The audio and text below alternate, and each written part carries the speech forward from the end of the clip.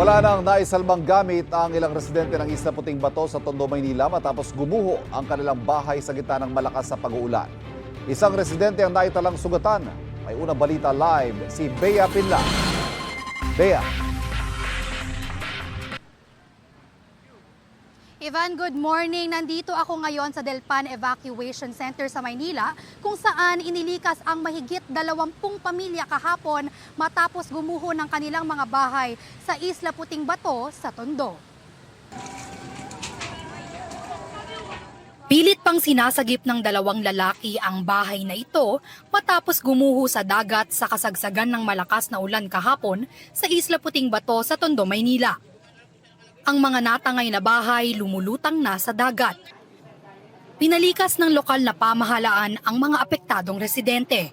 Ang ilan, wala nang naisalbang gamit.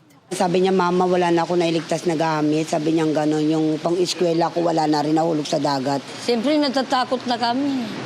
Mamaya, kung gabi mangyari, natutulog kami.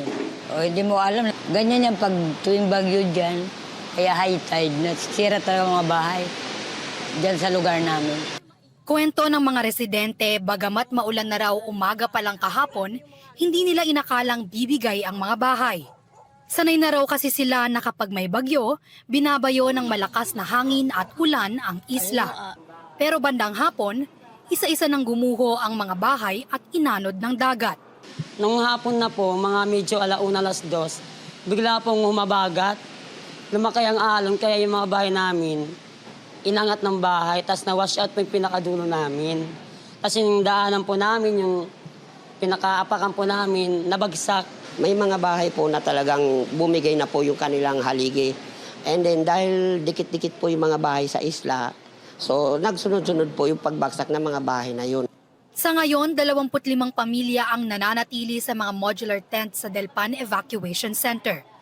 Ayon sa barangay, isa ang nasugatan ng aksidenteng matamaan sa ulo ng matalas na bagay. Ang nai-rescue po yung talagang na ano ang bahay nila, yung totally damaged po. Yun po talagang dinala namin dito para po kasi may masilukan sila. Kagabi na mahagi ang Manila LGU ng mga pagkain, hygiene kits at iba pang kakailanganin ng bawat pamilyang lumikas.